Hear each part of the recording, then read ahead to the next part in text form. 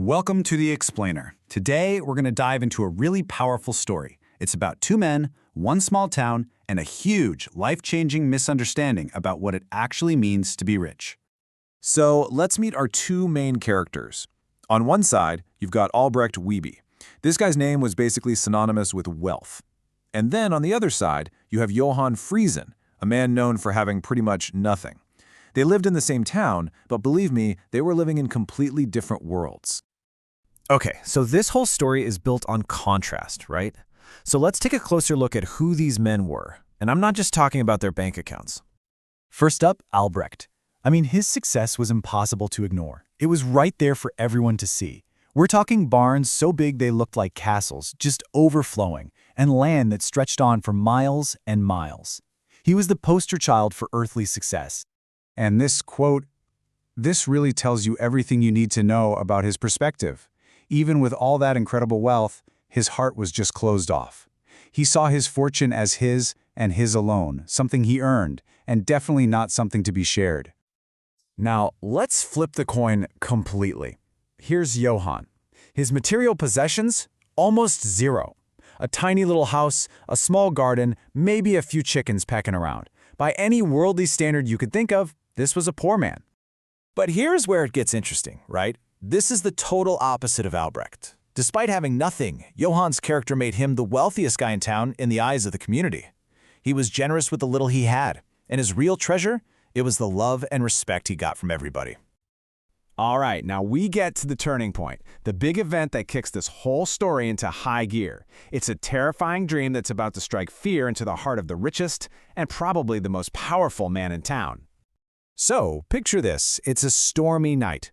Albrecht has just finished counting his money, feeling pretty good about himself, and then, bam, an angel appears in his dream. The message is short, it's chilling, and it's just vague enough to cause absolute terror. Albrecht's reaction is pure panic. He jumps right out of bed, his heart pounding. He just assumes the soul the angel mentioned is his, and his first instinct is to do what he always does, try to solve the problem with money. He literally tries to bribe God, offering every last penny for just a little more time. The town pastor tries to talk some sense into him, explaining that this isn't some business deal. He tells him straight up, your money has no currency when it comes to your soul. But Albrecht, he's so blinded by fear and his lifelong belief in money, he just can't hear it. And this slide just captures the whole thing perfectly. You have Albrecht in his giant mansion, fighting death, surrounded by all his stuff. And then you have Johan in his little hut, finding peace in a simple prayer and just drifting off to sleep without a worry in the world. What a contrast. So, the sun comes up. Albrecht is exhausted, but he's also relieved. He thinks, phew, I made it through the night.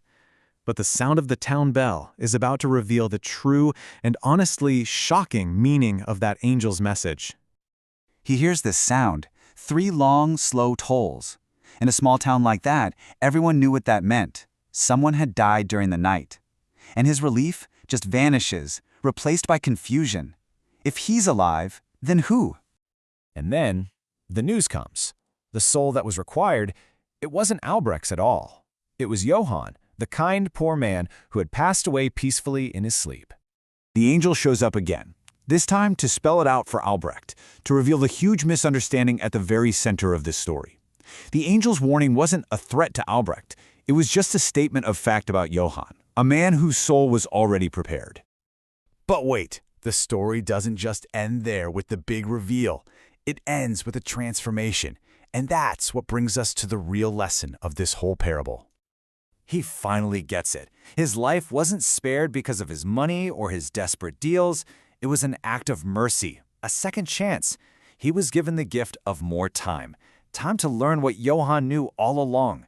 The real value is in a life lived for others. This entire story, this whole dramatic mix-up, it's really all designed to teach us some pretty critical lessons about how we think about life, about wealth, and about our own character. So here are the big takeaways. It's a powerful reminder, isn't it? Material things, they come and go. But what really defines a person's wealth is what's in their heart. It's about living with kindness and faith, being ready for whatever comes next, because every single day is a gift and a new chance to make a difference. And this final quote from the changed Albrecht just sums it all up so perfectly. He went from being the richest man with the poorest soul to understanding that his second chance was the most valuable thing he ever received. It kind of leaves us with a big question, doesn't it? What are we doing with the time that we've been given?